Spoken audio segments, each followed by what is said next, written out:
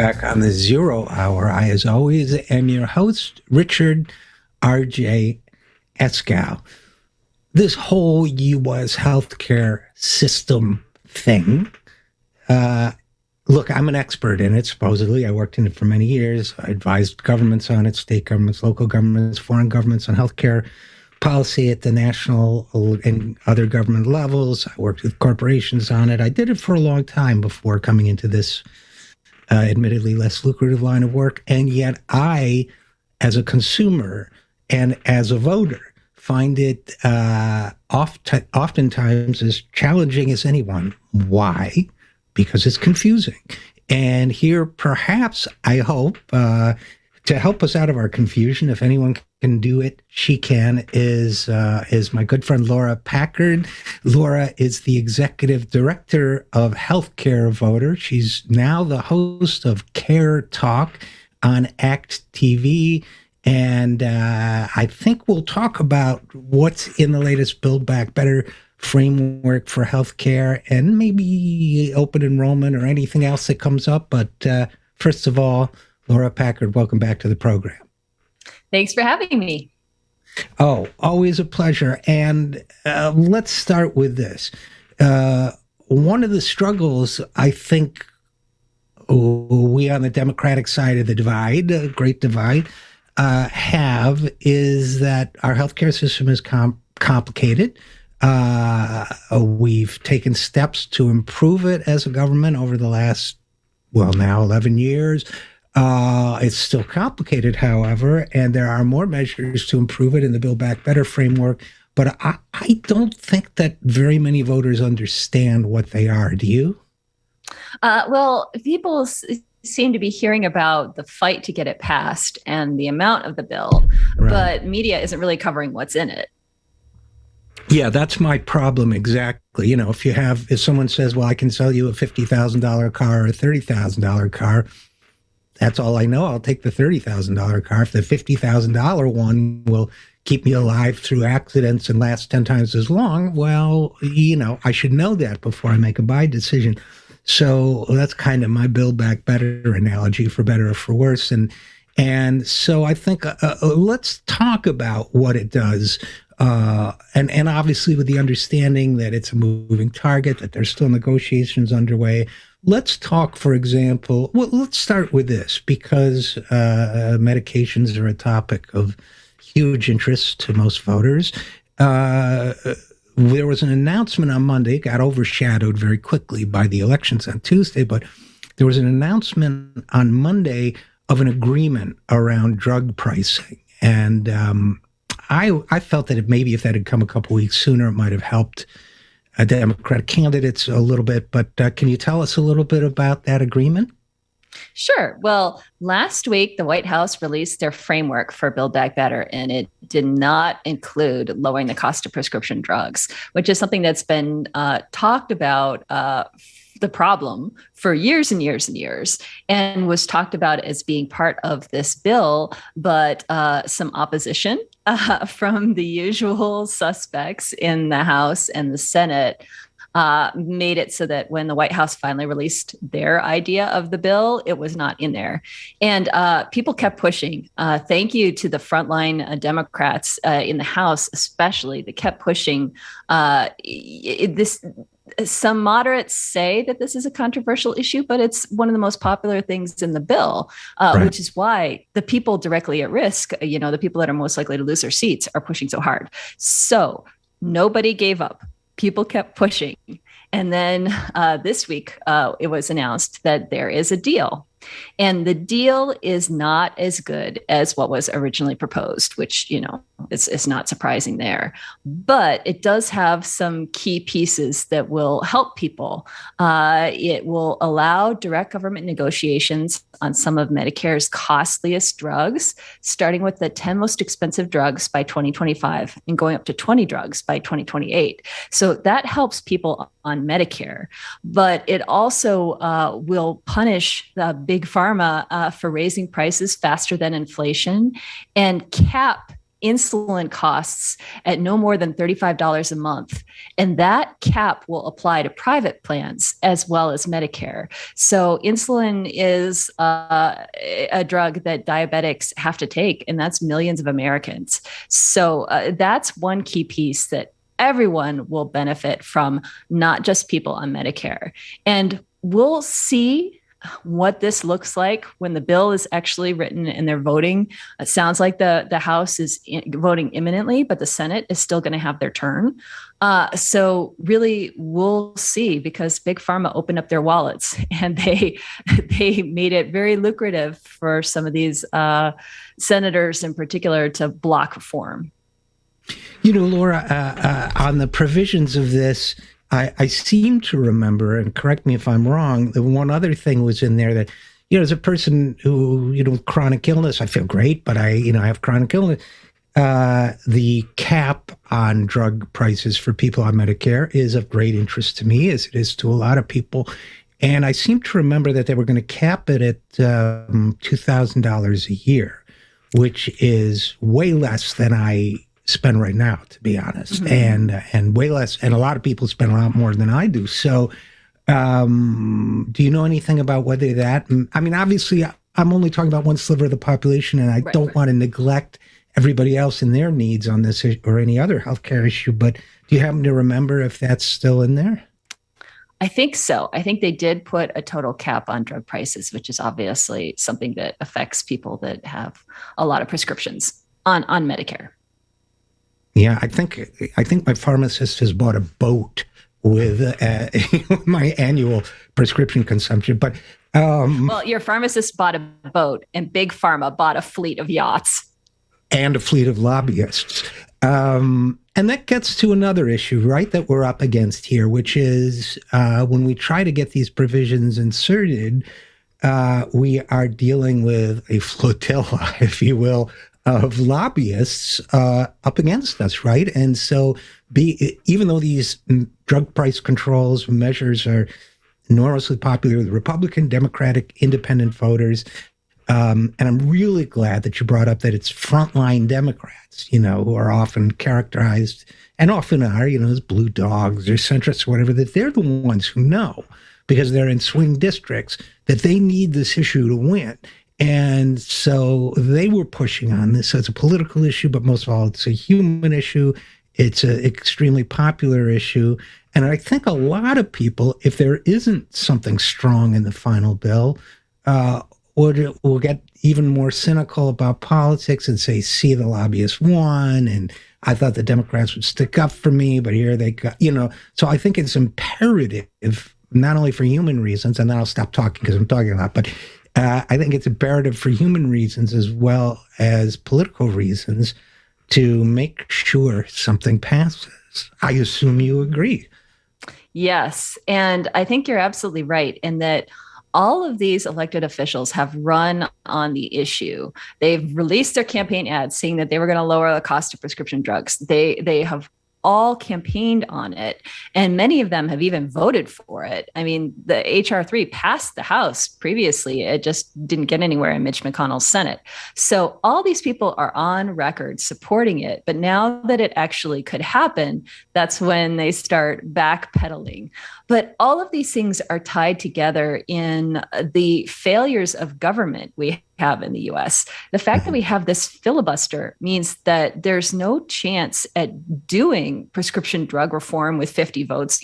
Even having some Republicans, there's no chance of doing standalone prescription drug reform because of the filibuster. Right. And so it has to be piled into this reconciliation bill. And then there's all these other forces at work where, you need every single vote. So the fact that it's so easy to buy off elected officials because of the reforms we have not passed, the flow of money with Citizens United, and then the filibuster hamstringing effective government, all these things you might not think are directly tied to our failures of healthcare policy, but they absolutely are, because we're trying to fight this battle with at least one hand tied behind our back. Right.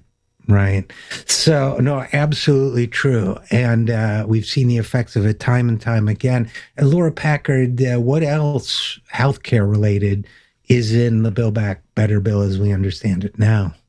Well, it takes the Affordable Care Act subsidies that were in the American Rescue Plan that are due to expire next year and extends them through 2025. So that means that people will be able to keep cheap ACA plans for their health insurance. And also, it fills the Medicaid gap, which is low income people in the 12 states that refuse to expand Medicaid. So we're talking about Florida, Georgia, North Carolina, Texas, Wisconsin. Low income people don't qualify for subsidies for the Affordable Care Act, but they don't make enough money to be able to afford health insurance without it. So there's over 2 million people trapped in this gap that are priced out of health insurance. So it fixes that problem by making them eligible for $0 plans on the ACA, but that also is just through 2025.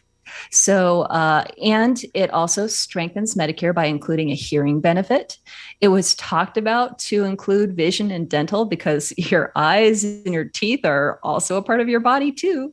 Right. But Hello. Yeah. all of the negotiating and maneuvering and the smaller price tag, back to the $30,000 car versus the $50,000 car. When you went down a price notch, stuff had to be left in the garage. And those are some of the things that were left behind. So, a couple more questions, I guess, if you don't mind. One, I want to zoom out for a second and go big picture, Laura Packard, because it seems to me that there's a kind of social insanity at work when we are in a country where we have just reached the 750,000 mark officially of people who have died from COVID, 750,000 people. I suspect that, I've done some digging into the numbers. I suspect that the actual number is more like 1 million deaths, a massive amount. Some of those deaths were undoubtedly caused because people didn't have health insurance or didn't feel they could afford the out-of-pocket care to get what might have been a flu checked out until it was too late. We could go down the whole line. And it seems to me that we're living with a massive wave of deaths, of disabilities, of injuries from COVID and from all the things that plague us even when there isn't an epidemic. And it almost feels like we're living in this weird state of denial where, like, the most fundamental human moral principle, stop death if it's not necessary, stop needless death, has been lost. As an activist in the healthcare space, and myself as someone who covers healthcare a lot, do you ever just get this sense of like cognitive dissonance? Like, why is this even hard to push? Do you get what I know it's a very amorphous question, but do you get what I'm talking about? Well, I mean, you can see things like the war on vaccines. I mean, there's always been a fringe element of people that didn't like vaccines for whatever reason, but that it's become so popularized. I mean, I didn't grow up with polio. I didn't grow up with smallpox. I am alive, no doubt, because of all these vaccines. Modern medicine is why we're both still having this conversation. And yet it's been turned into a cultural issue. Just like if you can put a piece of fabric over your face and save lives, why would you not do that? It doesn't hurt anything. And it's been turned again into this cultural war where people are literally choosing to die to express some sort of political agenda, which I mean, there's so many things that have gone wrong in this country, and that's one of them. And I will lay that directly at the feet of Trump and the Republicans for politicizing something that never should have been politicized. Oh, I agree with that completely. And somehow I think that, I don't necessarily blame all the people that are doing it, although I get really mad in closed spaces sometimes. But I think there's a lot of pain out there. And I think that Trump and the Republicans and Fox News and everybody else, they're exploiting that pain and they're channeling it. It should be pain about, yes, it is hard to get healthcare in this country. Yes, it is hard to make rent and everything else you need. Yes, you can afford to send your kids to college. I get all of that, but they're taking all that pain and rage and hurt and directing it at the people who are saying, hey, you know what? You can save a life by wearing a mask. If you wear that mask in a closed space, you might save the lives of 2 people and never know it. And so, they're taking that and turning it, no, they want you to, So I think the frustration and helplessness that people feel understandably, is being exploited into really a murderous. I think what they're doing is a murder spree. I can't put. And here we are, on the other side of the ledger saying, gee, we'd like to raise the subsidy by 3%. Is that okay? I would like an agenda that says no more needless deaths in this country. None. Let's pledge to stop them. And I'm sorry, I didn't mean to rant, Laura Packard. But anyway, you got anything to add or point out? I think you're right in that we live in a time of rapid change. Just in the past decade or so, my life has been completely changed by this amazing computer that is in a phone that's right by me that has changed everything in our lifetimes. We've had personal computers, we've had mobile phones. Technology has wiped out so many jobs and created so many new jobs. And the pace of change, I think, is scary for a lot of people. And a whole other thing is the gutting of news sources. Hedge funds buy up newspapers and strip them for parts. And so people aren't getting accurate, factual information anymore. They're turning to social media, which it amps up your own prejudices, whatever they are, because their algorithms just show you more of what you want to see rather than unbiased information. So, people don't have sources of good news. They're disconnected from their communities, which is something that, many people have talked about, that the downfall of local civic organizations and things that come together, whether you agree or not with going to church regularly, that's fallen way off. And just civic organizations and things that used to build a community are gone. And so people are in their homes, getting amped up on social media, and there's nowhere to put that energy except self-destructive things. And other destructive, yeah. Well, on a more positive note, if you have a minute more, let's just conclude with this. In terms of getting a little bit more healthcare aid and assistance and expansion into the Build Back Better program, what can people do to push for that? Well, contact your representatives who are voting imminently. Contact your senators. Actually, by the time this airs, the House may have already passed it. So contact your representatives in Congress and tell them you want them to build back better with all the healthcare pieces intact. And if you don't have health insurance, go to healthcare.gov, because open enrollment is going on right now through January 15th. And this is your chance. So if you've shopped before and it was too pricey, take another look. There are some great deals out there. And especially in a pandemic, everybody needs health insurance.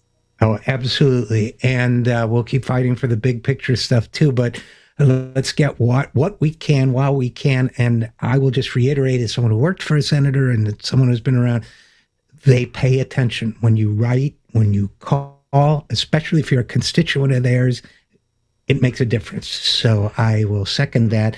And Laura Packard, your organization is Healthcare Voter. Where can people find it? Healthcarevoter.org. And you can find me on Twitter at LPackard. Okay, healthcarevoter.org, not imaginative, but very efficient. And your program on ACT TV again is called? Care Talk, and it airs on Mondays at 4:00 Eastern.